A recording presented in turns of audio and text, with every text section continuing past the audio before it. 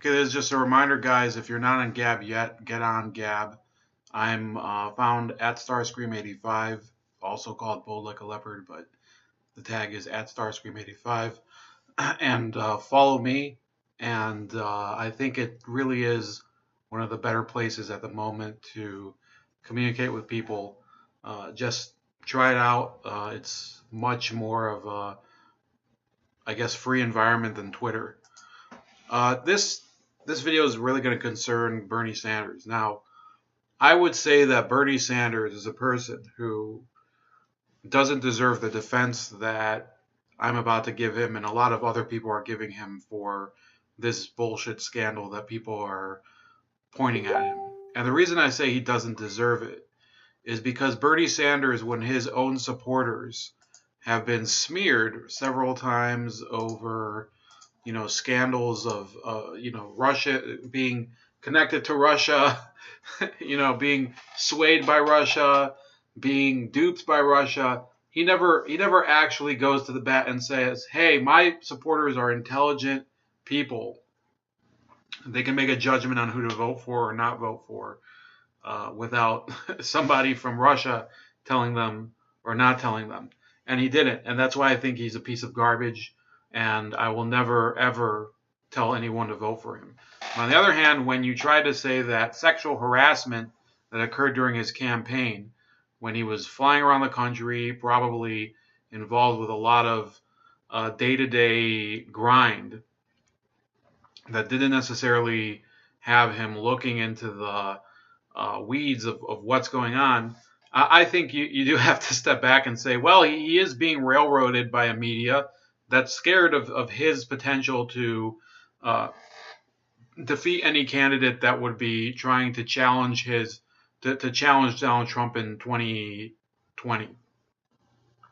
So to clarify that point, the pro-Democratic Party media are scared shitless that somebody like Bernie Sanders, but especially him, would derail their anointed candidate for the 2020 election in the Democratic Party. So they're trying to get rid of him as fast as they can.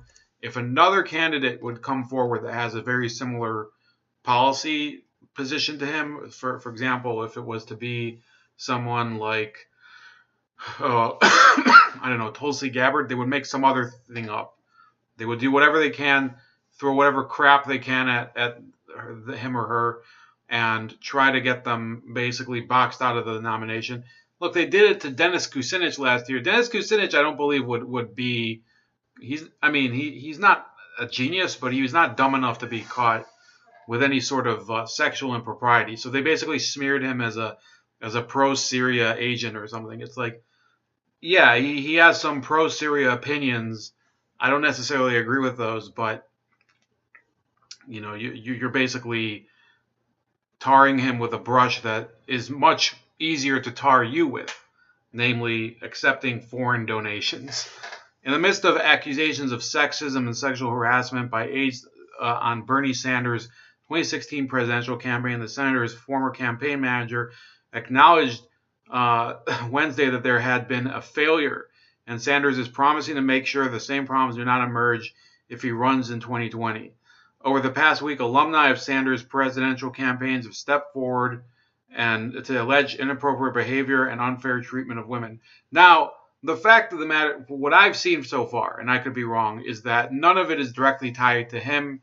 It's all allegations that are brought about people that have worked under his campaign.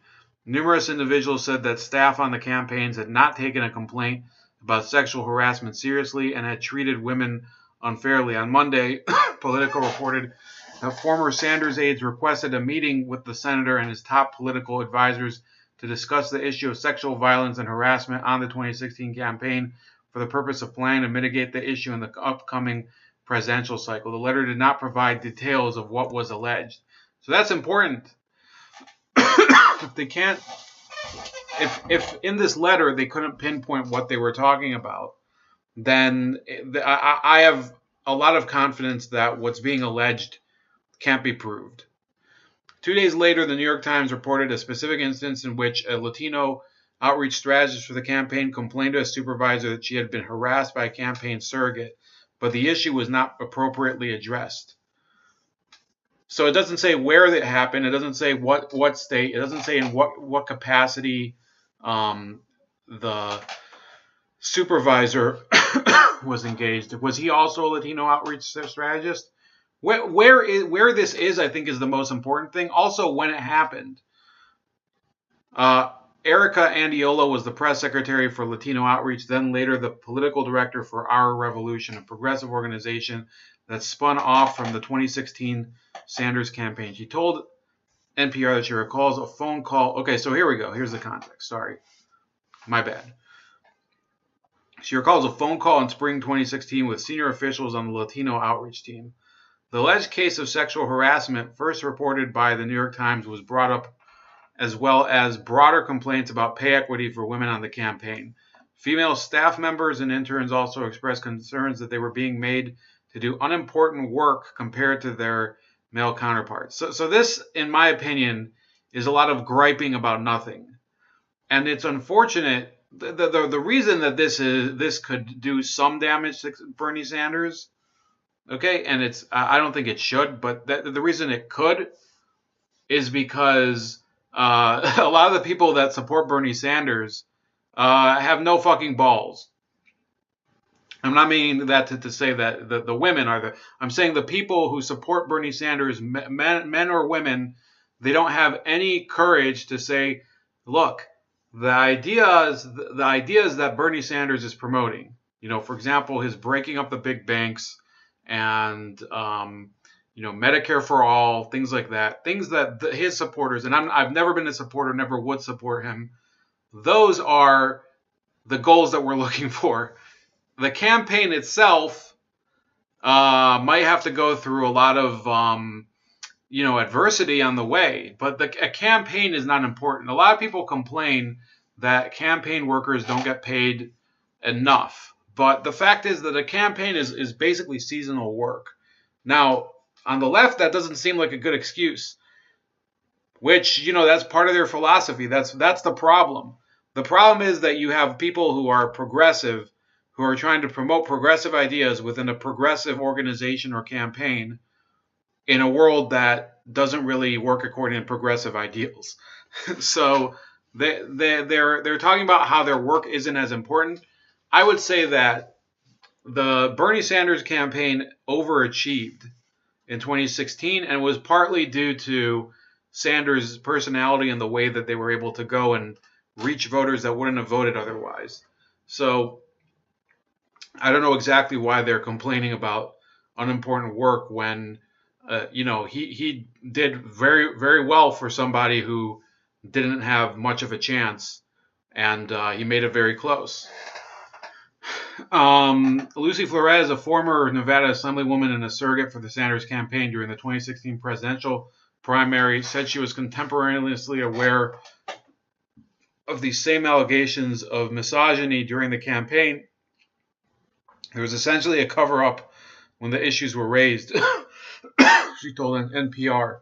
Flores added that sexism isn't an issue isolated to the Sanders campaign, saying it commonly occurs in campaigns. Okay. Frankly, I do think it's a little unfair that the attention in all of the conversation is including Bernie's name, because this isn't just something that's limited to Bernie's campaign.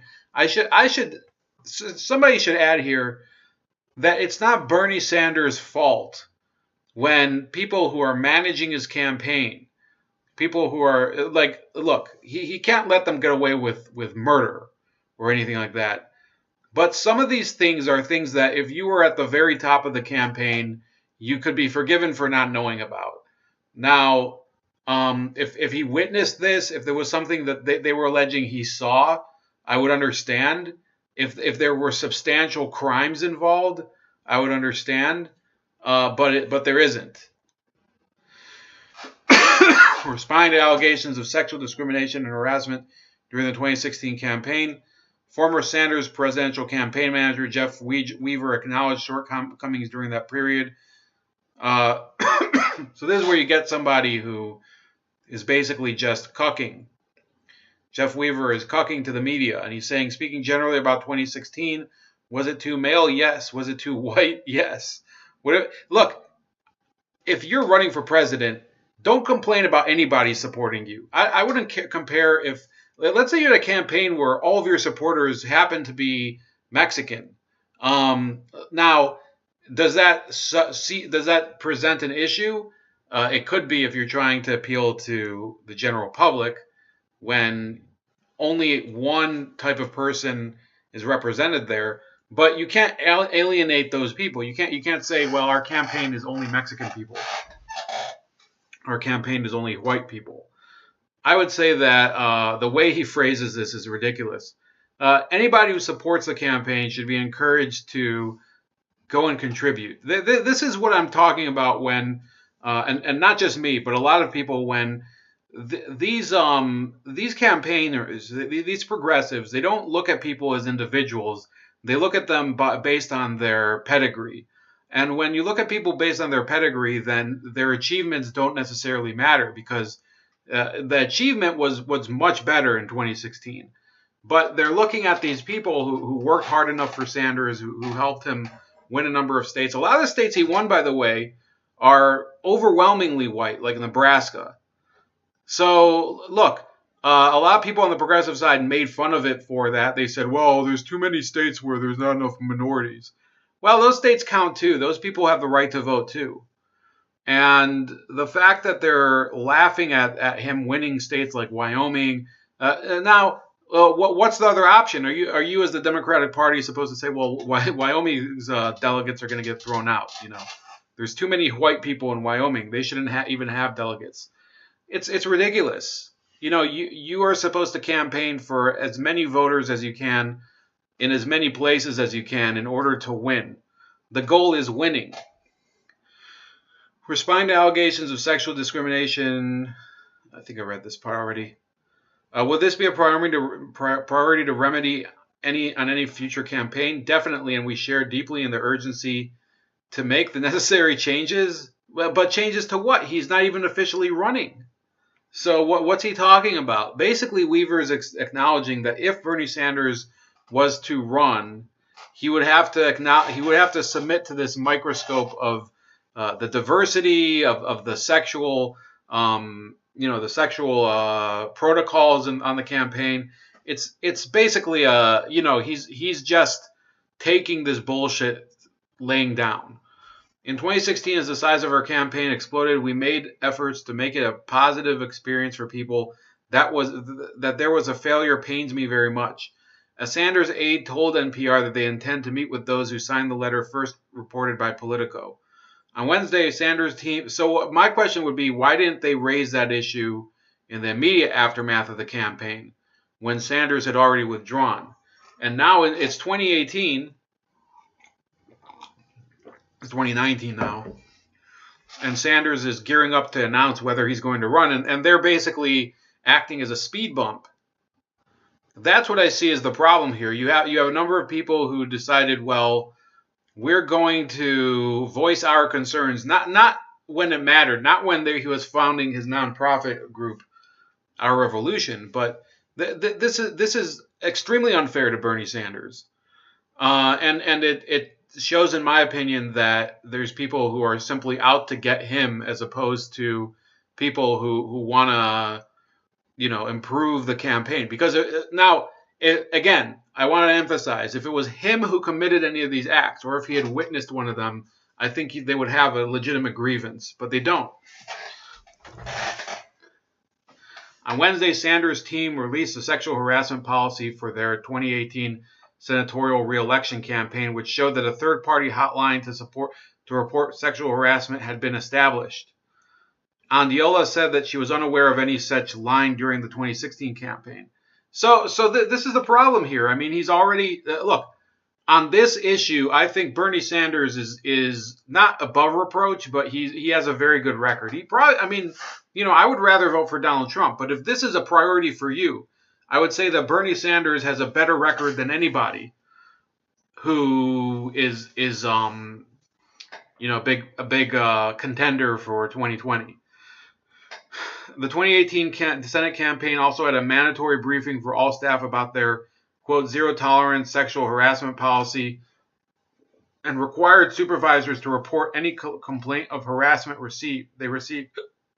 Asked about the reports on Wednesday evening, Sanders issued an apology. I certainly apologize to any woman who felt that she was not treated appropriately, and of course, if I run, we will do better next time. Sanders said on CNN, stressing the steps that his 2018 Senate re-election campaign had taken. Pressed by host Anderson Cooper about whether he was aware of the allegations during the 2016 campaign, the U.S. Senator from Vermont said he was not. I was a little bit busy running around the country trying to make the case.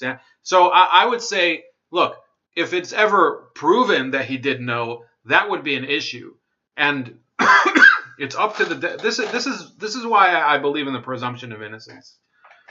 Because it's very implausible in my mind that Bernie Sanders, a guy who was flying around the country, campaigning harder than any of the other Democratic candidates, and Trump was also campaigning hard.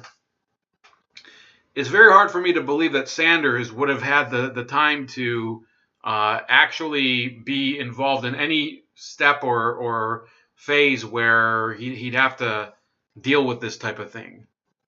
Okay? This is a garbage story.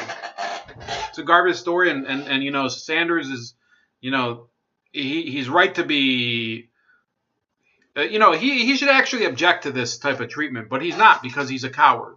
He is a lay down on the fucking railroad tracks coward, and that's why I'll never respect him as a person. Forget about the policies.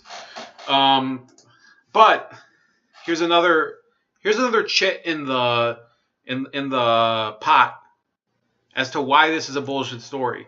It turns out that Hillary Clinton protected an aide accused of sexual harassment in 2008. So nobody ever raked her over the coals for this.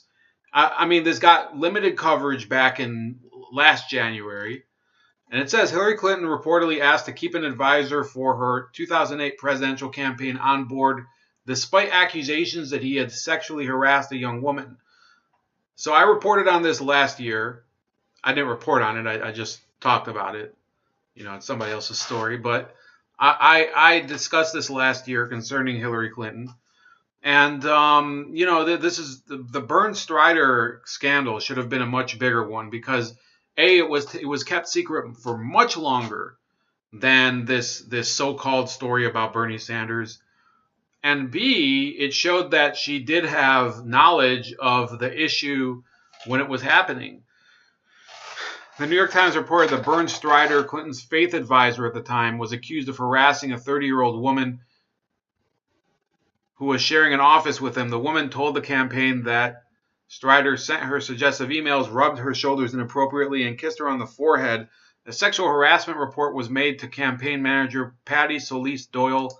Doyle reportedly approached Clinton and asked that Strider be fired. Clinton declined to do so, and Strider remained on staff.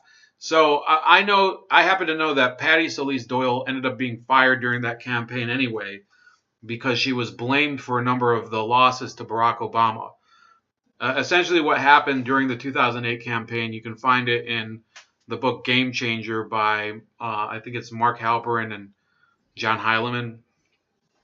And I have it behind me, but, it's an okay book. It's actually, the people who wrote it are douches, but the book explains that there was a rivalry on that campaign between Mark Penn, who was her polling master and one of her strategists, and Patty Solis Doyle. And it happened to be that everybody besides Hillary Clinton hated Mark Penn, but Doyle had so many screw-ups in terms of some of her ground campaign work and stuff like that against Barack Obama that they ended up firing her. And she kept it secret for all these years. And suddenly, suddenly this comes out to the public. This is ridiculous. Strider, who was married at the time, instead was docked several weeks of pay and was ordered to undergo counseling, per the Times. The young woman, who reportedly signed a non-disclosure statement that prevents her from publicly speaking about the campaign's inner workings, was moved to a new job. So they basically punished the victim here. This is much worse than the Sanders example. Much worse. To ensure a safe working environment, the campaign had a process to address complaints of misconduct or harassment. When matters arose, they were reviewed in accordance with these policies, and appropriate action was taken, read a statement from the law firm that represented the 2008 campaign. This complaint was no exception. Strider reportedly worked for an independent group that supported Clinton's 2016 candidacy. He was fired from that position for workplace issues, including allegations that he harassed a young woman. Strider still appears to be close with Clinton. He attended her birthday party in October along with his son. So this is a woman, she rewards failures. Okay, Mark Penn, I think it's debatable if he was the failure, but in any case, Patty Solis Doyle gets fired. Bern Strider keeps his job. And he was the guy who was basically he victimized this person. Apparently, we don't know exactly whether this happened, what happened, but he basically got carte blanche by Hillary Clinton, even though a different group that he worked for fired him for the same reason. An active Twitter user, he tweeted several times about the Alabama Senate special election between Democrat Doug Jones and Republican Roy Moore, who faced several accusations of sexual misconduct. Strider also appeared to mock conservative Bill O'Reilly, who said he was mad at God over his own sexual harassment scandal. So, yeah, that was a story. So I would say this, okay? Bill O'Reilly and Roy Moore, I didn't really care about the Bill O'Reilly issue because at the time, I could have cared less. When I really started to talk about the presumption of innocence was last, or rather, it would be the late fall of 2017 when the Me Too stuff started coming out, and you had Roy Moore on the one hand, who I said I probably wouldn't have voted for anyway if I lived in Alabama. But you also had people like Tavis Smiley, who was accused by someone who couldn't even be identified, and they couldn't even tell him what the accusations were. So I've always supported the presumption of innocence. This guy, you would think, would also be entitled to the presumption of innocence, but he doesn't believe in it either. So this is why I will never support people on the progressive side, Democrats, because even Bernie Sanders, this is something that he did not do. He was likely not aware of. We don't know. And he still won't stick up for his own right to the presumption of innocence because it's the pressure mob. It's the people who they want to basically judge with the absence of evidence. And that's why I believe in due process and fair trials, the adversarial judicial process. Those are things I think that you don't have to be a conservative or a liberal to do. You just have to be a normal person to believe in. Doesn't matter. I think most progressives have lost. They've lost their way on that. Some people still stick to it, and I can respect them.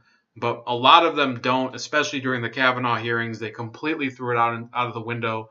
And we have to have a commitment to due process and a justice system that treats the accused and the victim equally. And hopefully one day we'll get there. That's about it. I will be sending this to a couple people. Please like this channel. Like this video, subscribe to this channel, subscribe to my second channel, Razor Ray Supercuts. I'll try to put the link when the video ends. Also on BitChute, on CocoScope, Gab, Minds, and all the other stuff. Information is below. And have a happy Sunday. Go Cowboys.